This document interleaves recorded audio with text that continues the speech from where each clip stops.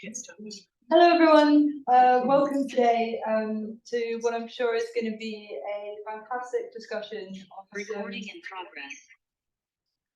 Very important issues the UK is facing with regards to substantial reform of protest law. This follows the passing of the Police, Crimes, Courts and Sentencing Act 2022 and the Public Order Act 2023 and the Public Order Act 1986, Serious Disruption to the Life of the Community Regulation 2023. As we'll see, the substance of this legislation is significant.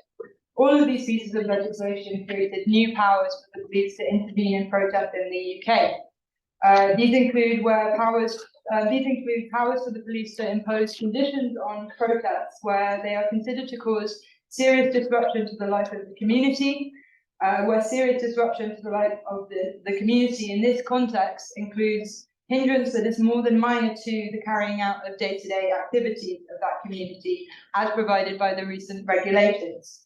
The Police, Crime, Sentencing and Courts Act created new offences to stop protesters from locking on and engaging in other tactics used by protest groups in recent years. It also created serious disruption prevention orders, which allow UK courts to impose prohibitions on individuals convicted of a protest-related offence or a protest-related breach of an injunction. So the manner in which such legislation has been passed is also striking, with both the Police, Crime, Sentencing and Courts Act and the Public Order Act having been fast-tracked through Parliament, and the Public Order Act contained provisions which were originally rejected by the House of Lords during the passing of the Police Bill. Then the Public Order Regulations contained provisions that had been rejected in both the Police Bill and the Public Order Bill.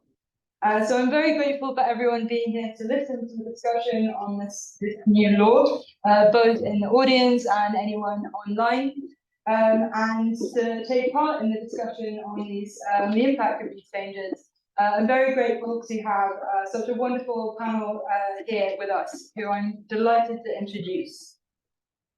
So first we have David Mee, who is a professor of UK human rights law at the University of East Anglia. His main area of research is protest law and the policing of public order. He was parliamentary academic fellow to the JCHR as police crime sentencing as the police bill made its way through Parliament. He's also worked with counsel on several high-profile protest cases in the past 5 years or so, and has been consulted by the UN Special Reporter on matters relating to protests. He is the author of the main academic work on this topic, The New Law of Peaceful Protest, Rights and Regulation in the Human Rights Act era. We have also with us Anna Morris KC, who specialises in inquests and inquiries, civil liberties and human rights, public and private law claims involving public authorities. Anna acts for bereaved families and claimants in public and private law proceedings and has particular expertise in the law relating to policing protests, public order and deaths in custody. Anna is the human rights editor of Stone's Justice Manual and author of the Protest Handbook. Kevin Blow was a family member of NetPol, the Network for Police Monitoring, and has been a staff member since 2014, becoming the campaign's coordinator in 2021. NetPol's work highlights and challenges aggressive police tactics, intrusive police surveillance, and the government's expansion of public order powers. Kevin has been active in community-based police monitoring initiatives since 1990 and spent 25 years as a campaigner with the Newer Monitoring Project in East London. Okay, welcome everyone else. So I wanted to begin our discussion by exploring some of the background context to this new law. It would be great to hear from the panel so what the role of protest has been historically in the UK, and the role that it's played in winning other human rights protections, including labour rights, women's rights, and including where that protest has been very disruptive. So David, I was wondering whether you could speak to us a little bit about the role of protests, the historical role of protests in that regard. Yeah, sure. Hello everyone, welcome to this, and thanks for having us coming along. I think sort of in an abstract sense, protest and assembly rights as a human right are at the very least sort of amplify free speech. So I mean, it's a large group of people most often, in a place, if we're thinking of traditional protests, less so actually direct action. It's obviously a route in a democracy for those who are voiceless or marginalised. I was thinking about this coming in on the train today. Keir Starmer yesterday saying, broadly, we can either be a party of power or a party of protest. It seems to be that sort of captures the dichotomy. So I quite often say to sort of my undergrad human rights students, if you've got power, you don't really need much of this kind of stuff, because you get stuff done, broadly in a majoritarian system. So I think most obviously it's a means by which people who don't have power either try to get it, so wrestle power away, perhaps, amplify whatever concerns they've got, perhaps sending messages of we're not having this. So it's a sort of a pushback against stuff. And I suppose it also gets stuff onto the agenda. I think UK Uncut in the 10 years ago, or even Insulate Britain a couple of years ago. There was some research done by Colin Davies at Bristol, who did a sort of a Google search or a search of what newspaper articles, and they doubled on the word insulation in newspaper articles, doubled in the course of a month, September to October. So it's that sort of thing that gets into people's minds. And it's very hard to think of any or most human rights that have not been won in part or in total by people protesting. So the obvious example, I think there are question marks over the suffragettes as to how successful their campaign was and which of the two campaigns, but let's sort of use that as a template. Civil rights in the USA with the Montgomery March, equal pay after the Dagenham strike.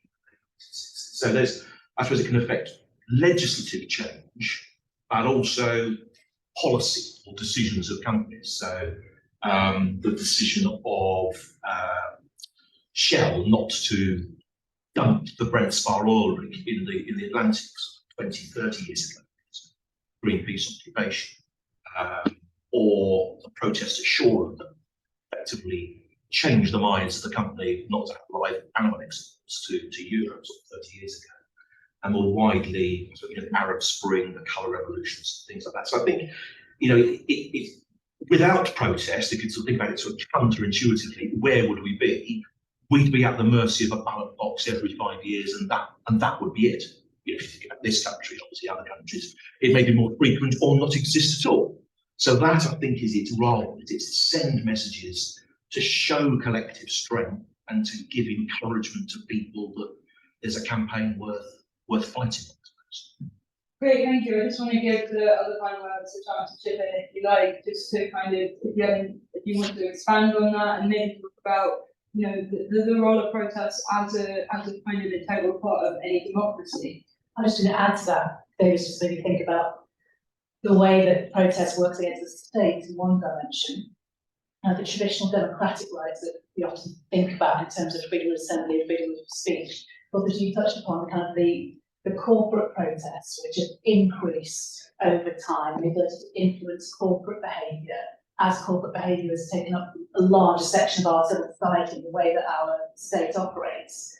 The traditional arguments to sort of curtail protest more than that, well, we've got ballot box. That's not of Shell or arms manufacturers. And so the targeting of protests against corporate actors, I think, is a really interesting kind of development and dynamic.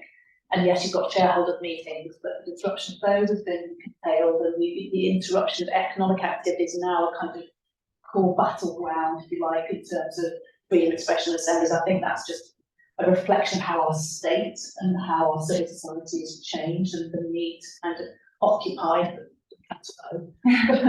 both those protest spaces. Okay, thank you. Kevin, you want to I think the only thing I would add is that not everything about process is about trying to convince somebody to change their mind. Sometimes it's just about finding, because there take on one end of the scale, there's enormous issues like climate change. They're not going to be fixed by the scale. They're even going to be fixed by necessarily international organisations, because if they're going to do that, the seeds, they're going to be fixed. Probably the answers are going to come from rethinking something in the system. That is, many people that you look at that and just think, we do that. That's it.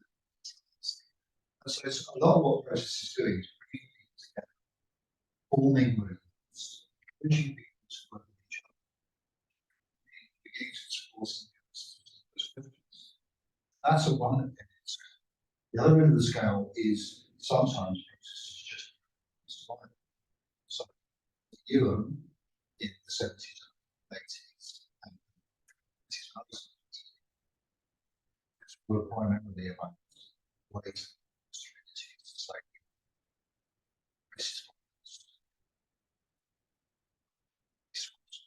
without states. So obviously there were demands. So a lot of it was just about making sure people were together. An idea is a way building something is actually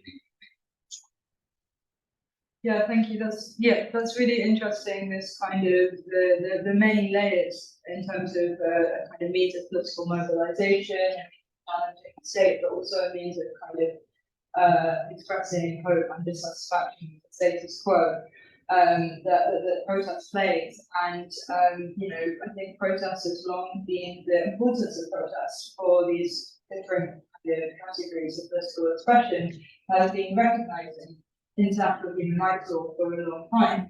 And I was wondering, yeah, whether we could hear a little bit about the development of international human rights protections with regards to protests and the kind of basis on which those protections have been based in international human rights law.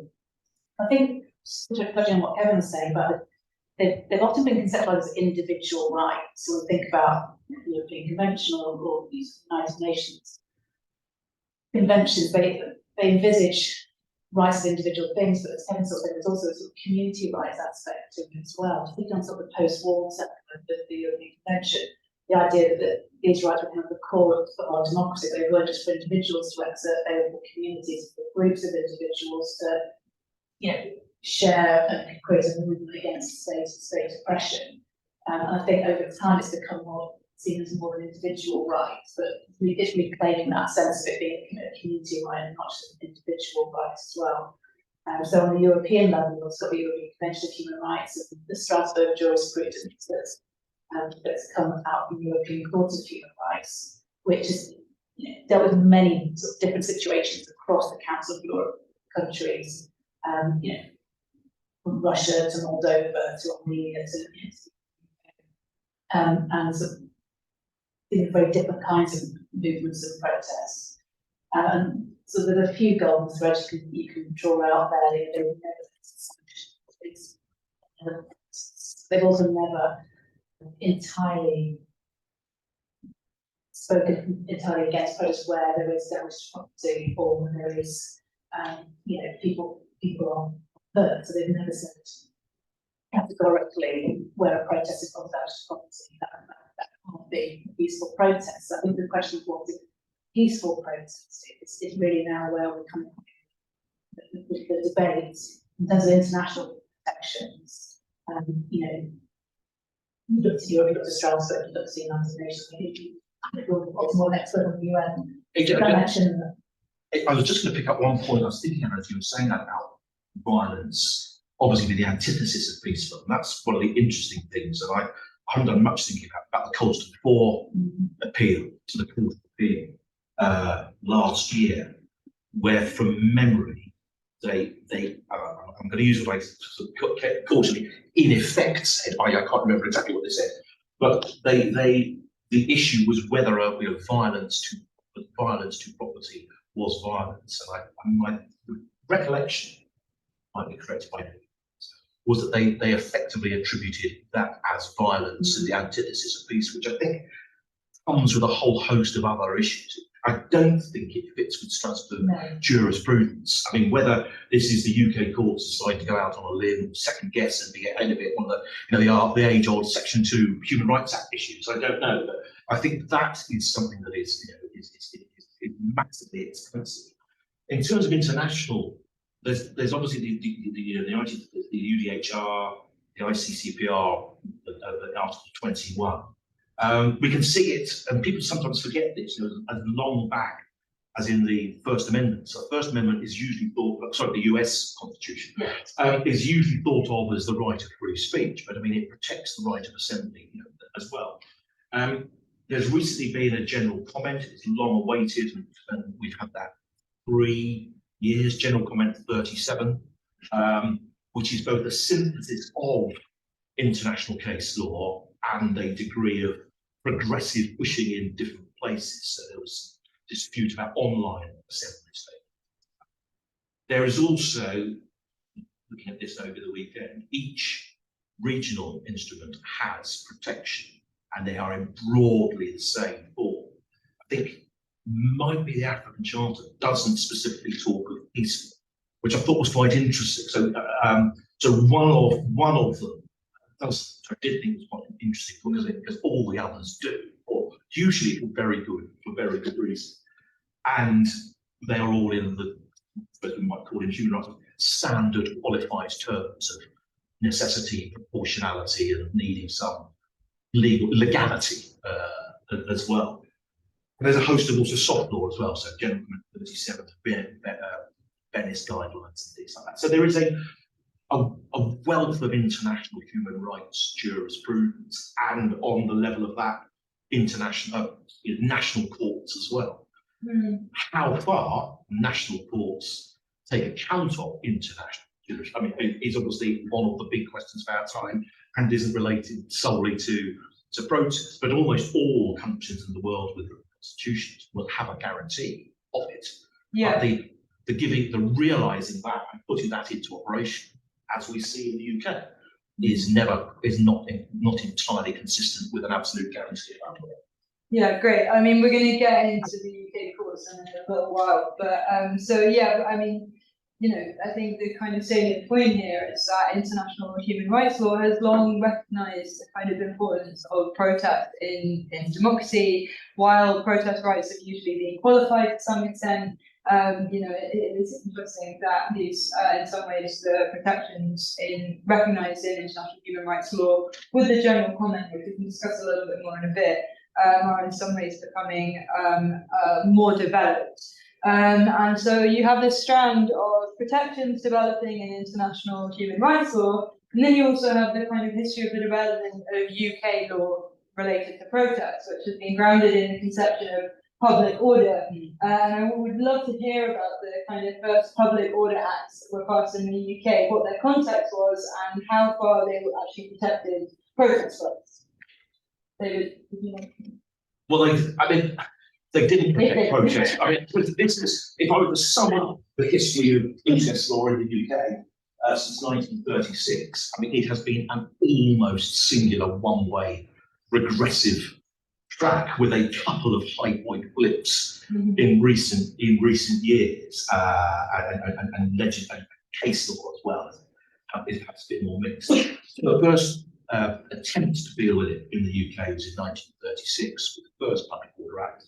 The backdrop was Oswald Mosley fascist risings in the East End, and so the Public Order Act of 36 was largely designed to deal with that problem.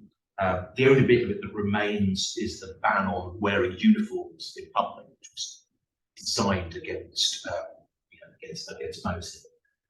It's very rarely used. But most of the legislation we now have, including the legislation that was amended, was passed a few years ago, largely amends the Key Act of 1986, which does a variety of things. I suppose for our purposes, really, it sets up a regulatory scheme for marches and assemblies. So it entitles the police in certain situations to impose conditions on either a march or a static assembly. Those conditions are reasonable belief that the march or the assembly may, so not will, but may. So it's founded on predictions of trouble. So may cause serious public disorder, serious damage to property, serious disruption to the life of the community. Or they might have an intimidatory purpose. The main three triggers are those serious damage to property, disorder, and disruption. And if those are reasonably believed to be in existence, the senior officer on the scene, so they might not be very senior in policing terms, but you might chance upon a march and be empowered to impose conditions, can impose conditions such as route, timing, numbers, things like that. And in more limited circumstances, if the officer on the scene, reasonably believes that the conditions won't be enough to prevent serious damage to property, they can ban marches and slightly more limited situations, ban assemblies.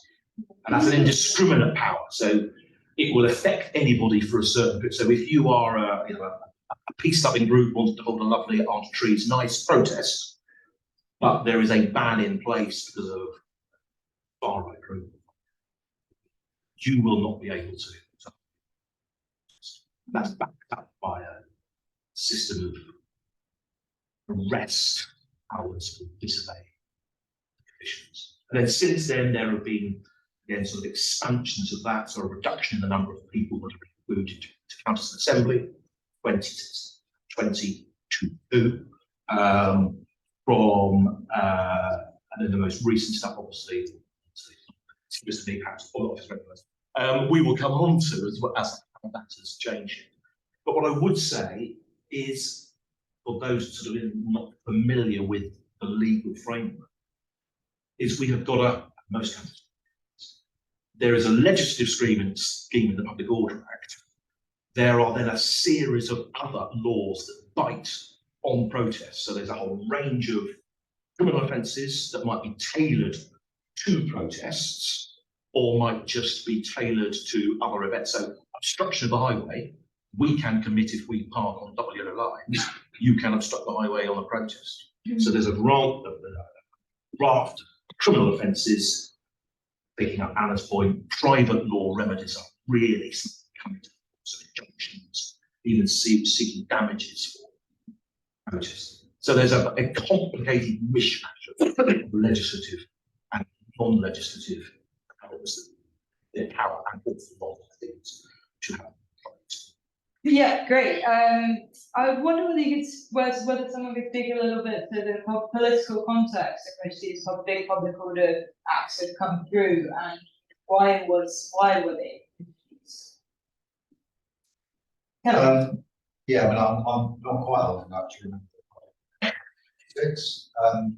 but the background to there's hugely controversial time. Right? So the police come now saying, well, this is just the foundation basis.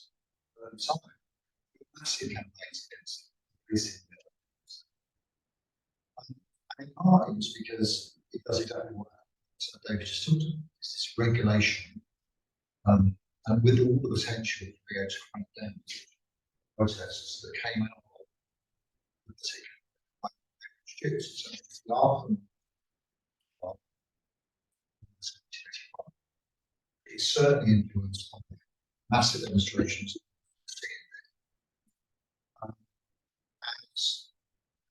General sense, something needs to be done by protesters. My emphasis on it is not something that we've seen again with the worst Home Secretary, just in living memory, but in the memory of many of the Home Office. And that is so. I think it's important to also mention what they get into, which is it's not just a public order. It's right to be able to protect. So there's been numerous bits of legislative public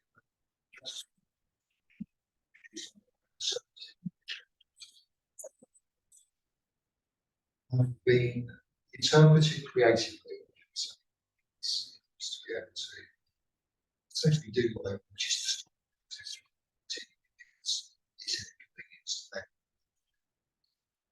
And a classic example of that is the protection of customer. It's a really well-meaning piece of legislation. One is, yet that the provisions within that and protection of injunction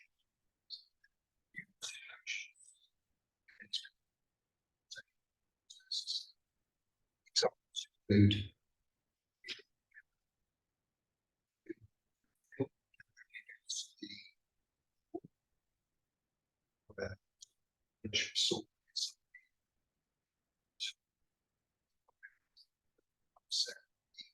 US security guards there. Famously, there was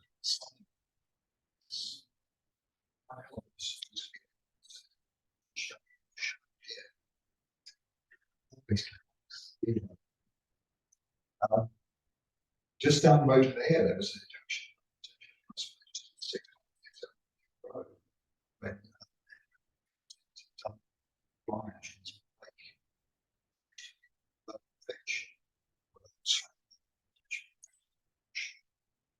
then there's the big one. Injunctions. Which is 97. Yeah, the injunction sought by British Airways, the shape of the authority to stop airport watch, coalition groups, which include well-known radicals from 5 million people taking and clearly that wasn't what that legislation was intended to be used for. But the reason why I mention this is because it's a slightly controversial view, but the human rights, the international human rights legislation protections, Human Rights Act doesn't protect rights. What it provides is a degree of redress when we decide to move. You may get some months or more likely years later, so the cost of being challenged. But it doesn't provide a protection because if you think about the Rights Act and the international framework as being like a benchmark way standard by which state should.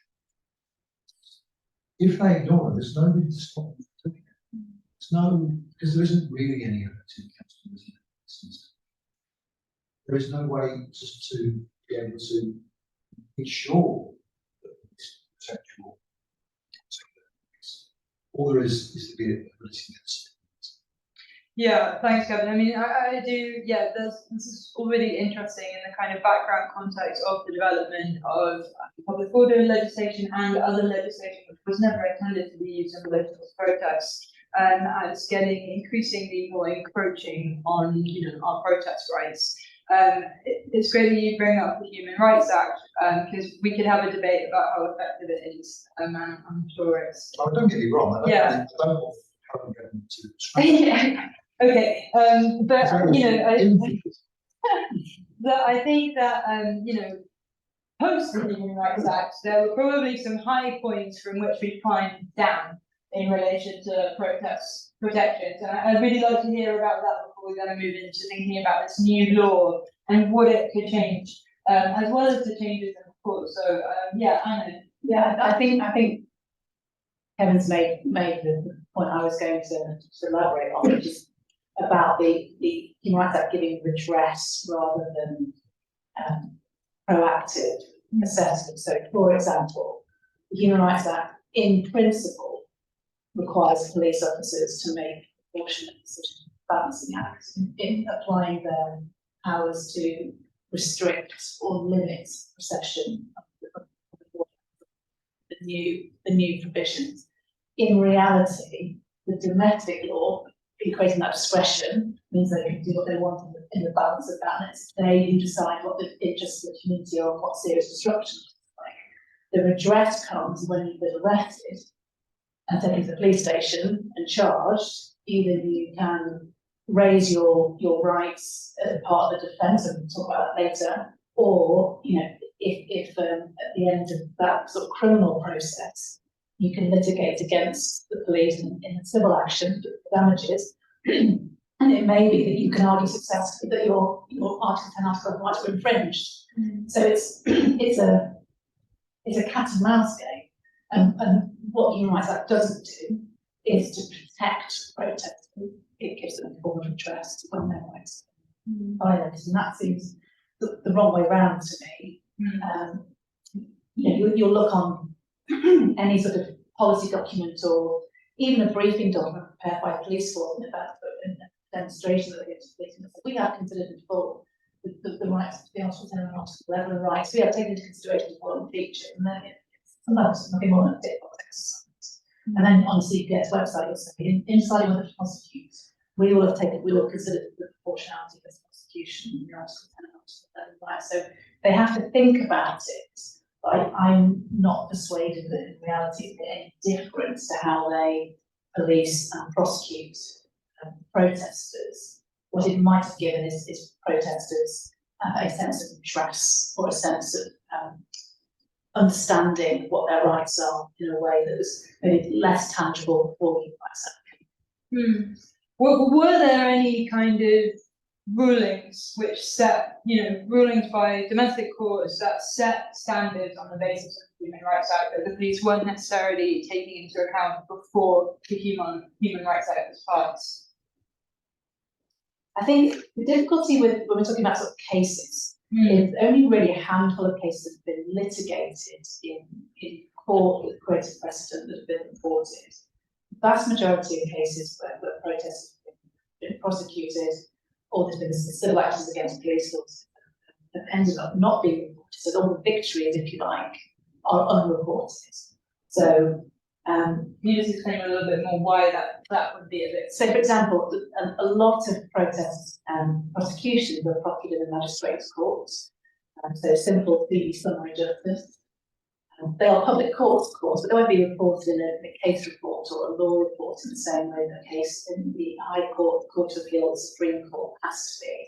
So anything that happens in the magistrates' court is a matter of public record, but not a matter of legal reporting. So if there is a offence that's successful, it'll probably be picked up very quickly by Kevin and promoted as a public statement, but not necessarily a legal precedent. So for a long time, protesters and those who represented them were very connected in understanding what was happening in Brighton, what was happening in Bristol, what was happening in Manchester, what was happening in London, sharing information, sharing experiences of certain cases, certain legal arguments. But there was no precedent to rely on. This case decided by the Supreme Court said that I can do X and my offence will be this way. Likewise with actions against the police that were litigating Article 10 and Article 11 rights, quite often they settle without going to court because there's a concession made or a payment made by the defendant police force. So those rights are never sort of fully litigated. And if they are litigated in county court, then again not precedent making their publicity, and they could be reported on and discussed as success or promotion or an improvement on these particular rights, but they don't create legal precedent in that way. Sure. So what was kind of happening, and so I think until quite recently, was that the successes of protesters were kind of understood as part of this. Let's say they use the word understanding. But the case of Jones, for example, the House of Lords then was in 2006 had to consider whether the protest by a number of individuals at RAF Fairford against planes that were taking off to go and be involved in the incursions in Iraq was lawful, and the defendants raised a defence of lawful excuse. Now, the House of Lords came down and said, well, we think that Article 10 and Article 11 are part of that consideration, but it doesn't give you an excuse to go damage property because it's a criminal damage prosecution. But Lord Justice Hoffman made this kind of statement of where I think we were then, which is everybody, I'm paraphrasing to you saying this word, he said, look, everybody knows the rules. Protesters go and do a protest, they know they're breaking the law, they come to court, we let them expand on why they did it, they get convicted, they show the strength of their convictions by being convicted, they accept their penalty gracefully, we give them a low conditional discharge. That's how this works, essentially what he said. And I can't justify what you've done, but that's how this works. You know, everyone knows the score effectively. And that's what's changed. That game has changed radically since 2006, because that tension has been expanded now, and the two actors we're going to come on to talk about in the case law since then has radically changed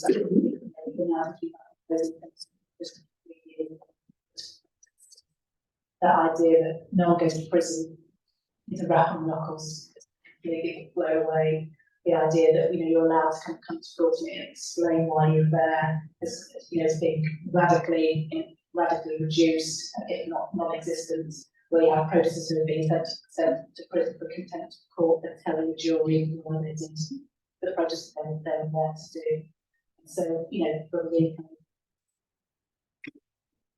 the arrangement for 2006 has now been completely destroyed. So that it wasn't a high point. James wasn't a high point.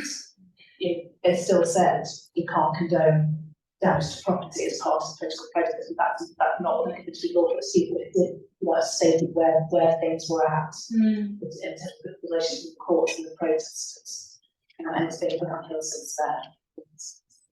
No, so that's really interesting that you have a rowing back by the courts as well, who've been using their discretion to kind of impose greater criminalisation of protesters, which is an interesting context in which to think about this new legislation. And just, David, it'd be great to hear from you about, what this new legislation is. So if you could just kind of talk maybe a little bit about the powers and the police bill, or Anna, if you would like to talk about it.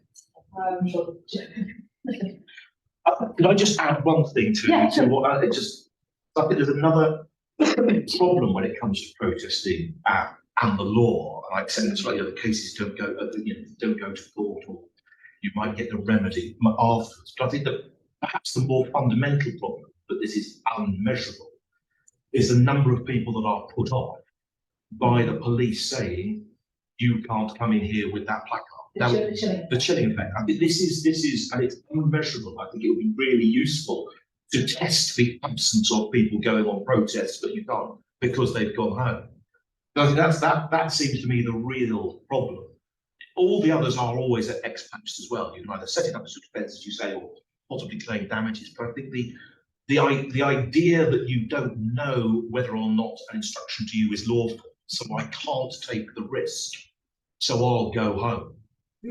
And the police may know it's unlawful, may have no idea, there may be a whole variety of reasons why the police are saying you cannot do X, but unless that gets to court, it just can't be, can't be tested. And I've been thinking about this on and off over the last few months, and I'm wondering whether or not there is an Article 15 Article 1 is an effective national remedy issue.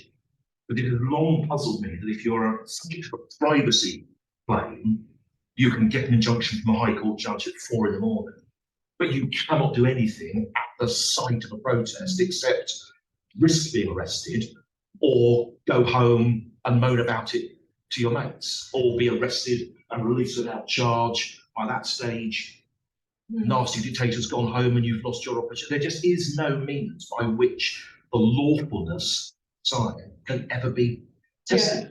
Yeah, that's a really interesting kind of structural issue with kind of protest rights and the law at the moment. I think I do want to. Having said that, I'll get back onto the question.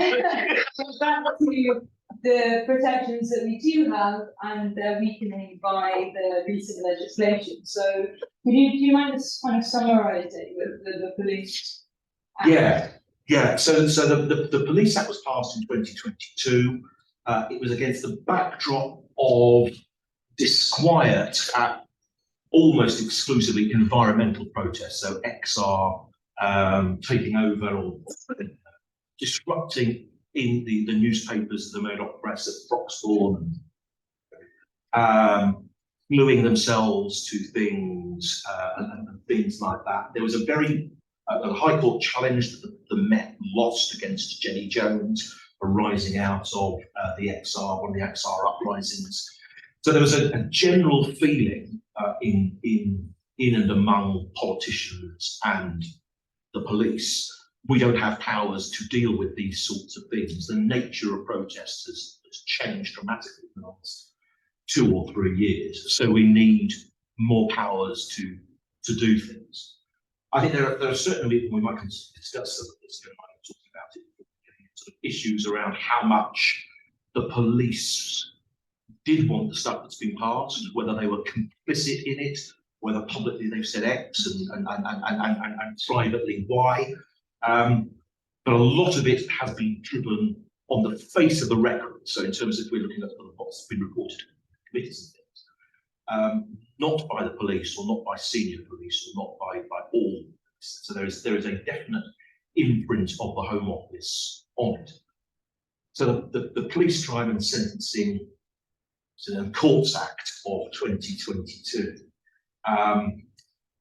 did a few things. So it's equal. Previously, there have been slightly different regimes for regulating marches and regulating assemblies that have been equalised, but not downwards, upwards. So in other words, a slightly better provision for assemblies has been extended so that they're all the same. There is a power to regulate one-person protests as well, which haven't. You needed at least 2 before then. So if you were very wise, you would turn up with a mate and your mate would stand at some distance. And in law, arguably, you can't regulate me. So that opportunity had been headed off. But I suspect the most important thing for the regulating of traditional large-scale protests has been a power to regulate them on grounds of noise. So, I can't remember the exact, but basically seriously disruptive noise or noise with a significant impact. So that is a power. So previously the police needed to show disorder, serious damage, serious disruption. And now the power is noise related. And I think the way that this has, a massive capacity for of discretion. We've all touched upon this, which we've actually used the word discretion for. But ultimately, what we're talking about when we're talking about the law of protest is a discretionary power reposed in the hands of the police that gives them the choice, yes, I am going to do something, no, I'm not. I can choose not to or choose to, and that's the legal issue. And I think with the noise condition, the problem that it sets up is it is a necessary function of most protests that they create noise. Without noise, you can't convince someone my cause is a good cause. So you don't always get serious disorder on a march. You don't always get serious damage to property on a march. You may not, but they're not necessary conditions. So what the noise, you may more likely get serious disruption. So that sort of straddles the two, but it's not a necessary, anywhere near as necessary a component of a march as lots of people making a noise. And so it effectively means all protests have the capacity now to be regulated. It's a choice for the police. Do we think the noise is going to be of a sufficient level or not? And that opens up an unregulated or largely unregulated, certainly in advance power. And all we're looking for are ex post accountability mechanisms, which are largely progress. Thank you. I want to talk about the impact of the changes and the way they impact protests. Just in a minute. But can we also, do you mind just kind of briefly, either Kevin or Anna, talking about then what happened after this, already we have this change in, the way that protests are being regulated with this new condition of noise. And then, less than a year later, we have this new piece of legislation being passed. I think what I just wanted to add is that it felt to me, it might be the same for David and Kevin, when you looked at the provisions of both acts and what they were trying to. As in the Public Order Act and the process.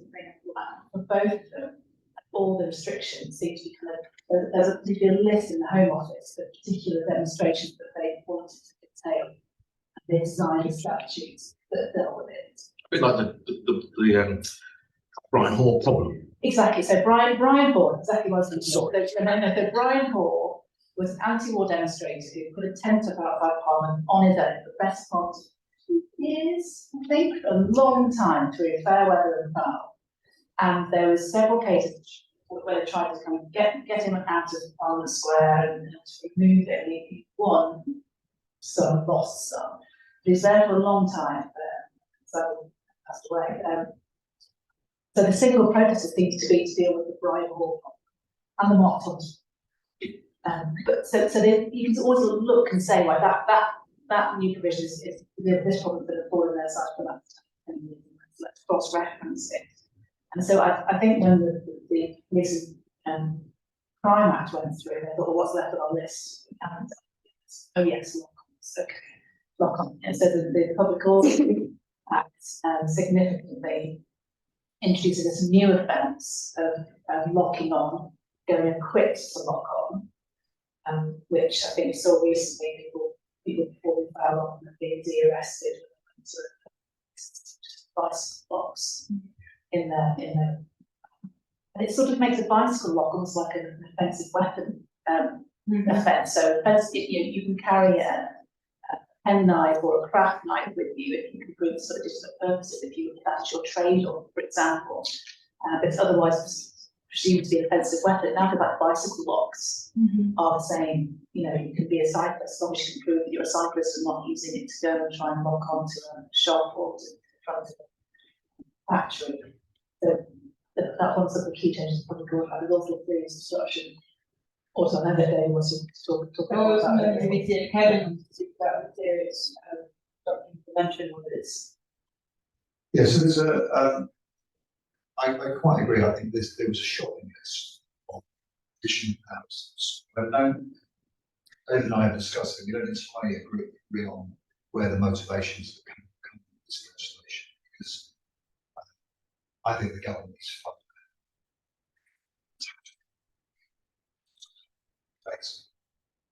Just said, go away and find some solutions to Brexit. And that happened at the time where the police had actually experienced a massive humiliation in 2019. This big exile process, loads of criticism. They didn't. They subsequently essentially their convictions, lost the teacher.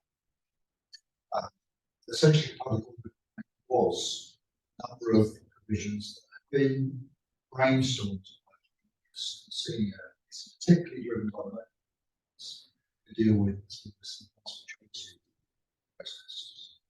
And a number of those provisions, initial provisions,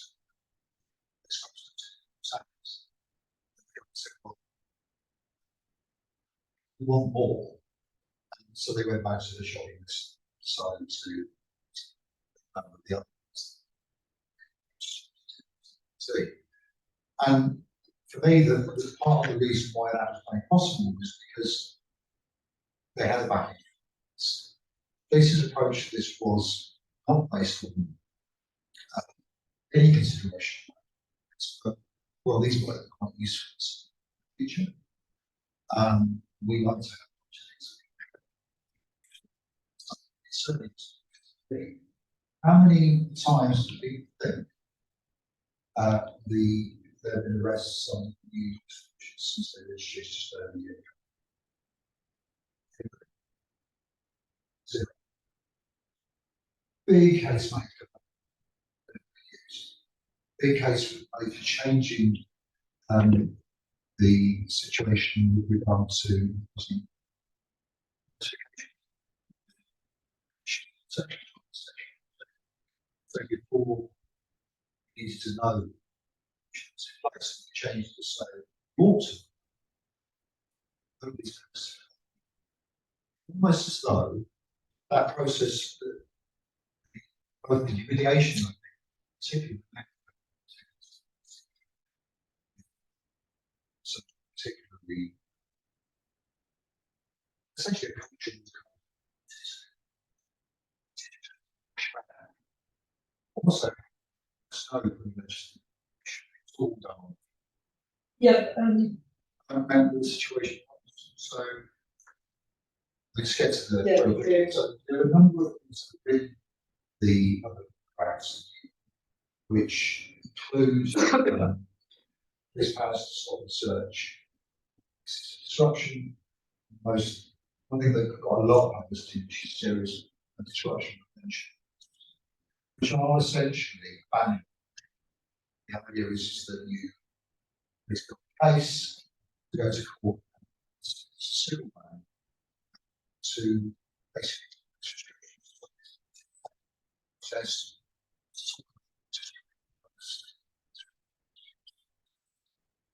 at the moment,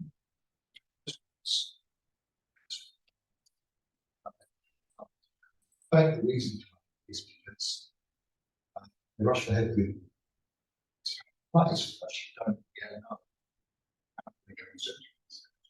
I think it's probably likely they do have a list of people. Certainly when there was a classic report produced by HM and so forth,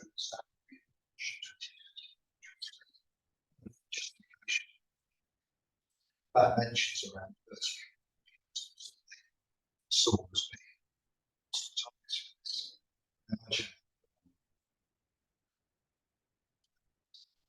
certainly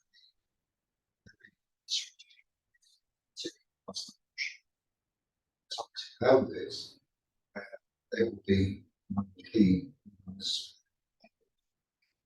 But they, at the moment, they can't use it. yeah, great, thank you.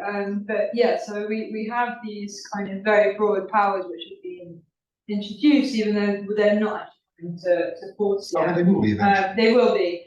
And you know, interestingly, the Public Order Act contained powers which were originally rejected by the House of Lords when they were in the police bill, and then you have powers which were rejected by the Lords in the Public Order Bill as well. And then these have been included in the new regulations. I don't know whether anyone wants to talk about the new regulations and also the process we're going to get to this. What does this mean?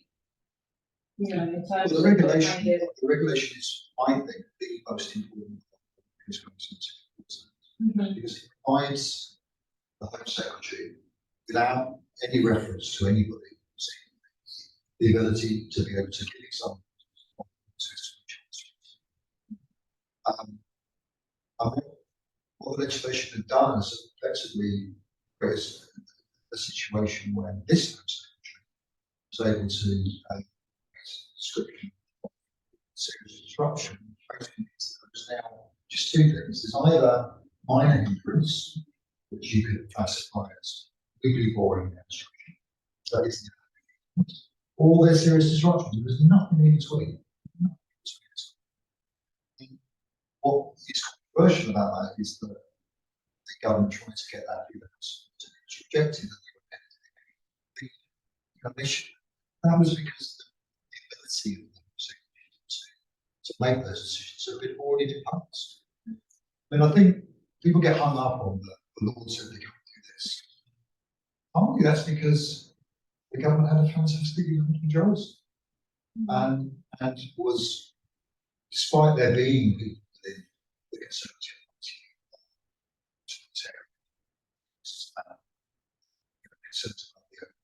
Party, they all got their own legislation. Without exception, I mean, it does raise quite important constitutional issues. Yeah. See, Cambridge has written a fantastic piece of constitutional issues around the regulations. There's a challenge going on. JR was just given permission this week by Liberty, but it speaks to a strange democracy. It's a strange democracy that has a House of Lords, so let's sort of pump.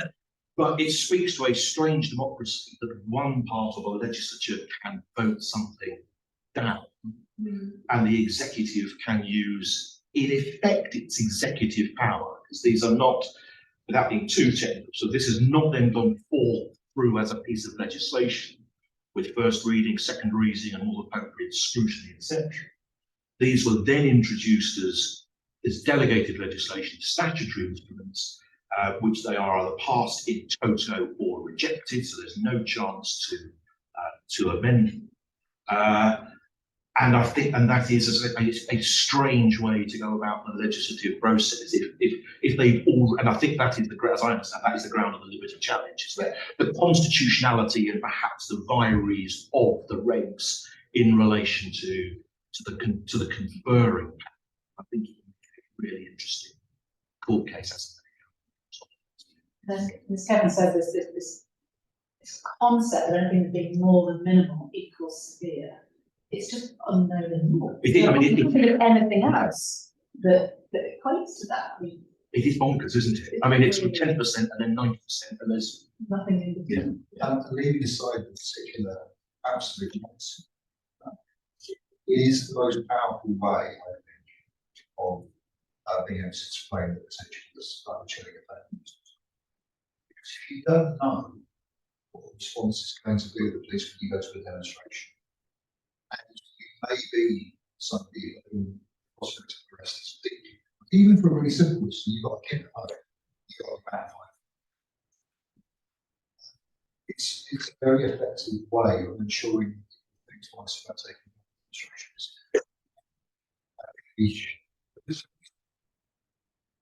The motivations for the government wasn't really about the usual things. We really did simply about running people into not taking disruptive demonstrations.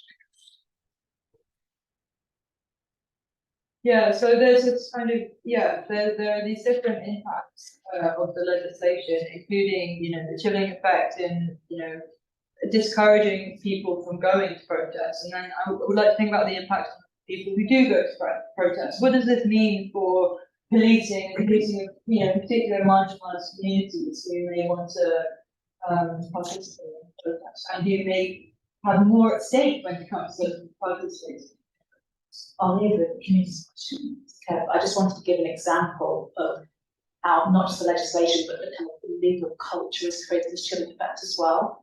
Because the legislation is a huge part of that, but even irrespective of the legislation changes, the way the courts have been treating protests in terms of legal defences and sentences also have that chilling effect. So, for example, the police courts and sentencing does put on a statutory footing the offence of public nuisance. It doesn't really change the context, what was previously a common law offence. But to give you an example of how the treatment of people being prosecuted for that offence has changed in 10 years, I did a trial in 2012 of three Greenpeace protesters who went up Tower Bridge and unfurled a huge banner, say Greenpeace, or an environmental slogan. They were experienced abseil mountain climbers. They used professional equipment. They abseiled down the side of it to unfurl, stopped traffic on Tower Bridge for about 4 hours. They were charged with public nuisance, trial at the Old Bailey, in front of a jury, acquitted, and off he went. High points. Fast forward to 2022, Fallon, prosecuted for public nuisance, convicted, 3 years in prison for the first of the indictment, 2 years and 7 months for the next person down. Same offence, in completely different legal culture, completely different outlook. And okay, they are. That was also, an unfurling of a banner on it, causing traffic stop. These are, if you like, direct action, high profile examples that I'm using here, which is why I refer to Kevin on the community impact. But just to give you an example, that's how the legal culture has changed, chilling. Yeah, I also know that there were the Kill the Bill protesters in Bristol who were also, who were protesting against the police bill, and there was really high sentences. Yeah. I think justice were parents group at the moment because of those. Yeah, because of such high sentences on these kids who. Yeah, Kevin, do you want to speak a little bit about, what are the kind of impacts of this legislation going to be on communities, in particular marginalised communities? Well, I guess the obvious one is it means that you're more likely to get arrested. You're more likely to be unsure.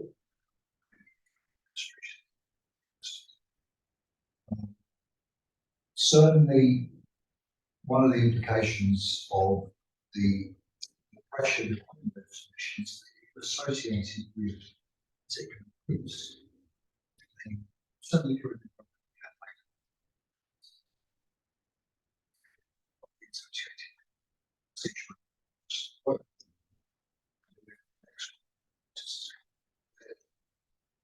It feels as though there would be political implication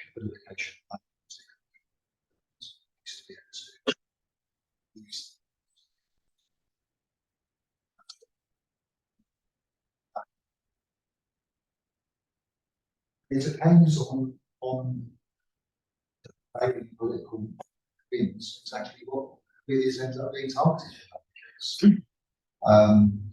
Certainly the government reaction to Black Lives Matter demonstrations in 2020 was to basically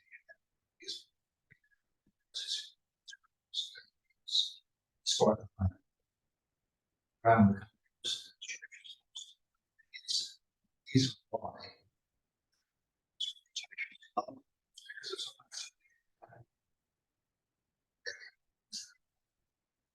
massively arrested what were largely teenagers. Yeah. And many of whom had no experience of being protesters before. Certainly for those people, I think it's significant large their demonstrations sense. It will be a lot of people.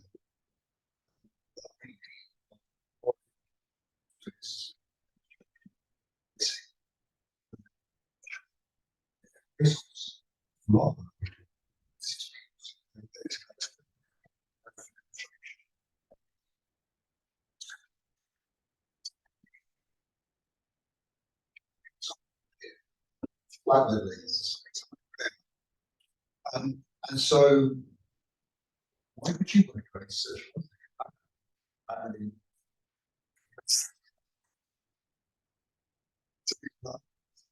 So,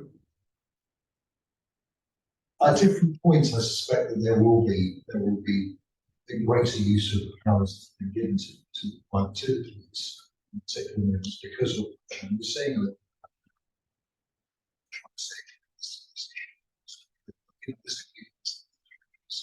happening 6 weeks.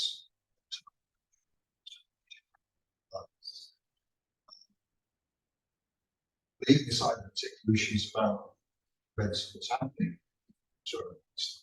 there's significant issues about people's rights to be able to protest if there's political pressure on the police to do something about a flag or a chart. And what do you think about, the way that the changes will affect police accountability in this context? So they have more powers, but it's also the search power. We've seen for protests that it's not just about the arrests, it's about searches, and then about the data collection, the association, between individuals and looking at who's in charge, who's who. So any expansion of criminalisation also comes with an increased surveillance aspect of it and information harvesting aspect of it. So that's sort of potential effect. If you're going down, are you going to get searched for a gun? Are you going to get searched for, a leaflet or a membership card? So is that going to take a database? Something like that. The issue about surveillance gets It's a kind of hidden world. And it's something which isn't really, it's incredibly difficult to find out. We're doing a load of work at the moment with some of the more obvious targets, founders of XR, people who've been to prison, to do such an access. You're supposed to get an answer within a month. Most people have got nothing within 6 months. It's completely changed. The reason why it's important is that if you think about the serious disruption that some, as I said, the police are going to have to build a pretty strong case to convince a judge to just ignore Article 11 and essentially ban something from being violent protest. The way that will happen is that it will be targeted at all ministers, but it will mean that all the people that are associated, when they go to meetings with work colleagues, essentially all kinds of different people, will be surveilled and have information collected. And just moving along the sort of chain of thought along that, what's terrifying is you're arguing about injunction. You need a closed evidence procedure to show to the judge why you say this, why, because you can't possibly reveal how you have that information, because you would be this database and revealing. So there's huge consequences to these legislation, surveillance, and for then what courts will have to do if they're being asked to consider these issues. You know, you can imagine how that's going to operate. To go back to the impact that it has, there are obviously reasons why people don't get arrested, and nobody wants to get arrested. I mean, there's some people.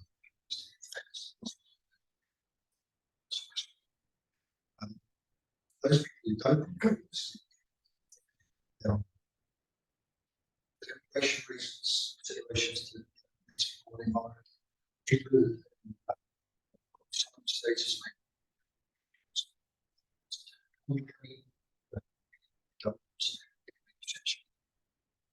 be arrested.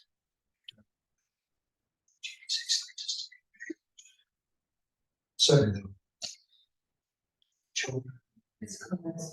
Yeah, the impact of employers is a good example. So during the COP26, some of them took place in Glasgow,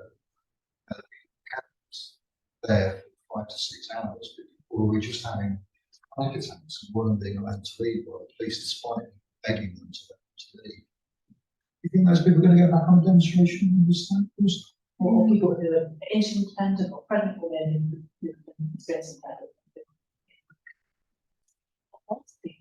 The people with physical health concerns, not education, not the lack of certainty around what's happening to them, and then the consequences of that demonstration just get beyond the average person's conception of what they want to engage. The irony is, the safest demonstrations that I've ever been. Common factor of this, and the exercise of enormous powers that police have. Yeah. And I think that's the problem. The heart of it. Too many police policing protests, too many powers, and too much of a willingness just to say this is now an inconvenience to show. Yeah, thank you. Just something that what Kenny was saying, back to the first point, there's another layer to the policing of protests. It's becoming really evident with disrupted SDPOs, the orders, which is that a lot of policing, I don't think, is about A, targeting an individual, or B, targeting a process, but it's about disrupting organisational capacity. So if actually, to take your point, Anna, if you see something, either you're caught in something or you see it kicking off, you're not likely to want to go back again. If you know someone who has had an SDPO served upon you, you are not going to want to communicate. They are there's a lot of evidence. I supervised PhD, first-hand evidence of activists, and the chilling effect of surveillance. You're less likely to associate with people who are targeted. So there is this sort of underlying police capacity that's sort of like two-handed. Is the immediate and short term of dealing with this protest, but actually it's the longer term gain of disrupting groups, organisation, making something less less likely to be able to mobilise and to be attractive to people in the longer term. That's the worry of all this. I have actually example. The spent 6 years going down, which were, you know, they're not like protests. It's almost only a year, and people are there almost years. And some of the worst policing that I've seen was particularly at Preston New Road in Lancashire. Sanctioned. I mean, this is an interesting context. You know, we've got the Cyclops inquiry that has been going on alongside the introduction of this, and you know, some of the revelations of that inquiry have been astounding. We also had the Sarah Ephraim protest, and you know, all of the kind of accountability over that. And I remember it being reported that there was a BLM group a Black Lives Matter group in Swansea that had to shut down because of private surveillance. And so it's an interesting context that we have, you know, the power is clearly already there for there to be this kind of very invasive disruption of movements anyway. And you're also seeing that the impact of that has been, you know, to the point where we've had to have I mean, I don't know how long the Cyclops inquiry has been going on for.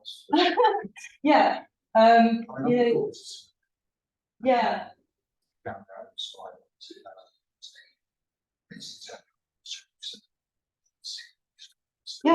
Yeah, but it's like this is going on in a parallel universe, isn't it? We've now got more powers.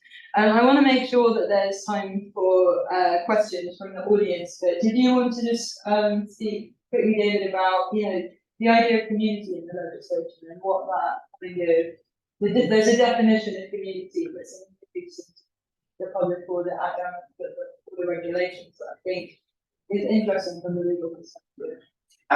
There is. I can't off the top of my head remember what it is, but I know what it isn't, which is that it's not a very broad or encompassing definition of what a community might, you know, or it's just people in the vicinity. It's people in the vicinity, people who live and work in the vicinity, and it seems to me that's quite an impoverished view from a sort of an anthropological point of view, a sociological point of view of what a community is. Because it doesn't seem to include, as I think actually in the recent ranks, it includes people who are affected by the protest as well as people who, but it doesn't include the people who themselves might be protesting as a protesting community. So it's both sort of expansive, nebulous, and limited as well on its face, that it doesn't include everybody. I mean, it's very clear what it is trying to, if you like, empower to be the cause of the triggers, but I'm not sure that is really what any of us would think of as the community. I mean, we're all in different communities. Somehow we're latching onto one as the target of it. And it's curious to see whether any of us sort of like private land, public land, sense of community. We talked about this before about sort of the Occupy St Paul's, I can't remember what community would be. You know, Occupy St Paul's took place at Westminster Square, which is obviously business district part of London, where you've got people not really living but working and commuting, eating at Pret. You know, I think that would fall into the definition of community, even though no one lives there. People occupying a church, that probably falls under maybe a more traditional idea of what we think of the fact that it's a church building. So that when I read that definition, I thought that was what it's trying to encompass, something private land, corporate interests, but we'll call it a community, because actually you can physically point to the people in suits who are walking past and don't want to see these protesters on the steps of St Paul's and getting away with their sandwich. I think it's ironic when you've got communities who are actually wanting to express their feelings about things like HS2 or about fracking. They are the ones being othered by this piece of legislation, and everybody else who's not in that community becomes a community. It's really kind of really sort of, you know, black is white way of looking at it.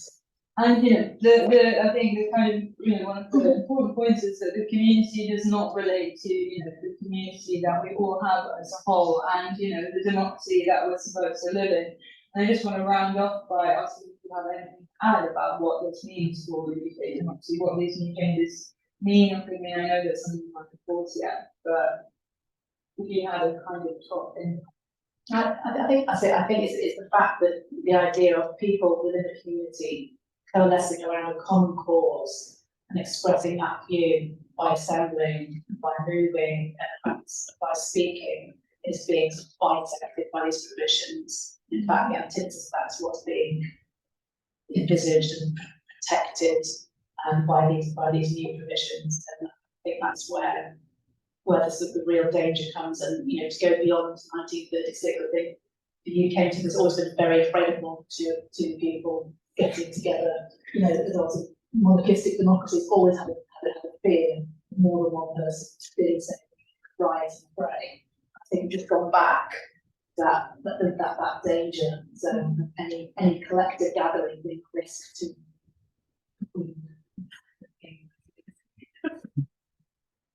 Anything to add? I think one of the things that this legislation has done is shift the degree of tolerance for this process. So I think it's significant. Here, start the second process is also saying. Even though represented Margaret Jones in the course of the I think that's important because the reasons why people protest are not play. It's not as though you can just pretend this isn't, or that you can pretend that there is really fundamentally huge problems with our country, with the National Health Service and transport, and particularly with housing, with all the different things that people are deeply frustrated with in terms of what they're offering as alternatives. We did a little bit of work and talking to particularly those people involved in public section, whether they would put them off. And the overwhelming answer was because the issues are still there. Obviously, people were worried about certain aspects. In fact, ironically, actually, it's not the new powers of the group, it's injunctions. It's basically the ability of somebody goes to worrying about going to prison. But as long as the issues are still there, and as long as the legal systems are not even beginning to address this issue of concerns, then people will take process. What is likely to change is those demonstrations to be less linked to the account. So I think it's more actions that we're avoiding delivery of things. Acting more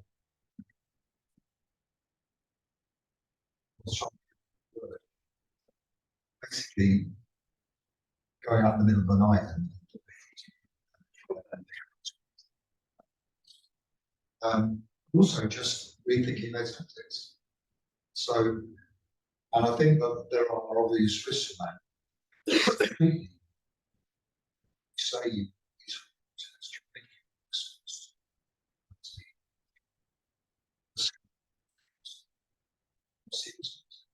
the alternative is a type of protest that is, is likely to be much more confrontation. And they have the government and other political parties have nobody but themselves to blame. David, have you got just very quickly?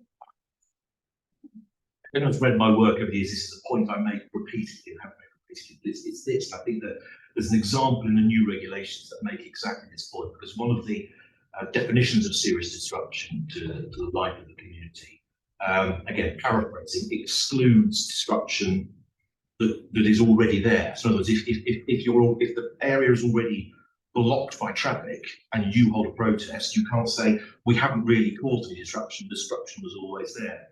So sort of the leitmotif of my writing over the years is we seem to value politically participative disruption far less than all other. I mean, I live quite near Carolina in Norwich, I'm expected every other Saturday afternoon not to be able to make my way from my house to a part of the city because the road is closed where a football fan's leaving the ground. I don't have a problem with that.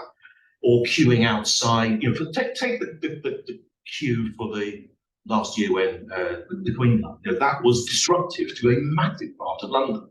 But we're all expected to put up with that, and actually we would have been probably hauled through the Daily Mail polls where we could voiced anything about other than it would be nice if we could get from A to B.